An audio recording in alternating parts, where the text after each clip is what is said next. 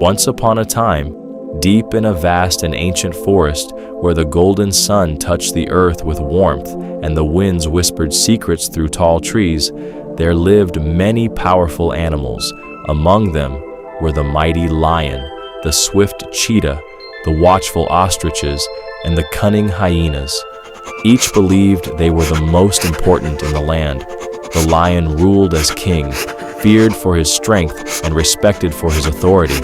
The cheetah took pride in his unmatched speed, always boasting that no one could outrun him. The ostriches, though not fierce, relied on their sharp vision and quick legs to survive. The hyenas moved in groups, laughing loudly, confident in their teamwork and clever tricks. But high above them all, in the tangled branches of the tallest trees, lived the monkeys. The monkeys were different. They were not the strongest, nor the fastest on land. They had no sharp claws like the lion, or powerful jaws like the hyena. Yet they possessed something rare: wisdom, awareness, and unity. At the center of the monkey tribe was an old monkey named Kibo. His fur had turned gray with age, but his eyes were bright with knowledge. The younger monkeys often gathered around him, listening carefully to his stories and lessons about survival, respect, and understanding the world.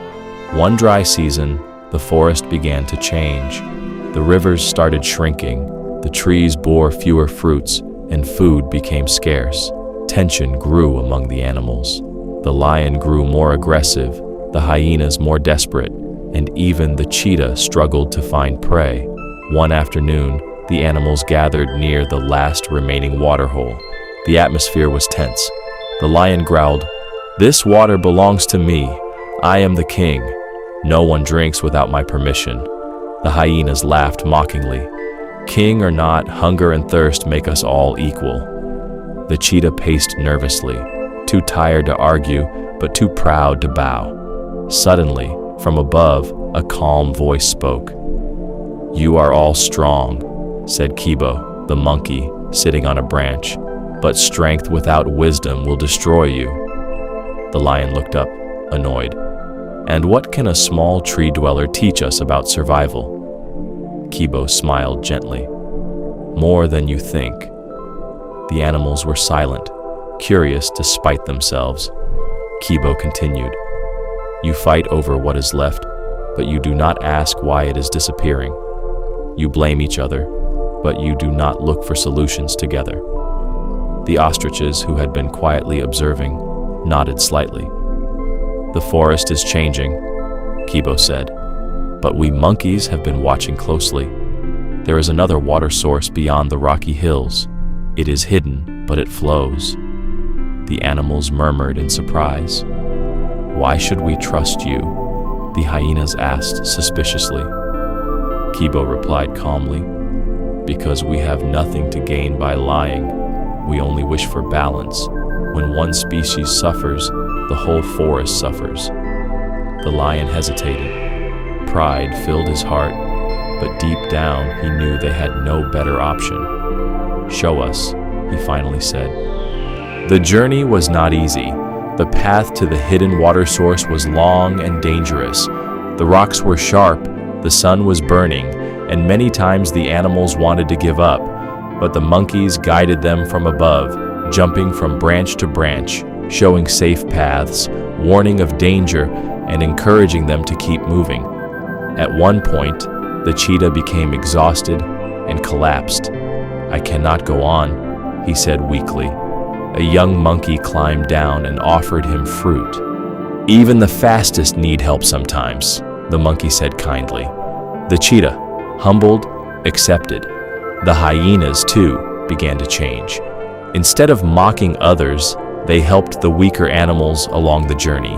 The ostriches used their sharp eyes to spot dangers ahead. Even the lion, the mighty king, began to understand something he had never truly accepted before. Leadership was not about control, but about care. After many hours, they finally reached the hidden water source. It was a beautiful, flowing stream surrounded by green plants and fresh life. The animals rushed to drink, relief washing over them. For the first time in a long while, there was peace. The lion turned to Kibo, who sat quietly on a rock. "I judged you by your size," the lion admitted, "but today you have saved us all." Kibo shook his head gently. "Not I alone. We succeeded because we worked together." The cheetah added, "Speed alone could not bring me here." The hyenas said, "And laughter alone could not feed us." The ostriches nodded. "Seeing danger is not enough without action." From that day on, the animals of the forest changed their ways. They no longer looked down on the monkeys. Instead, they respected them deeply for their wisdom and guidance. Whenever there was a problem, they would gather and listen, not to the loudest or the strongest, but to the wisest. And the monkeys in return continued to observe, learn, and guide with humility.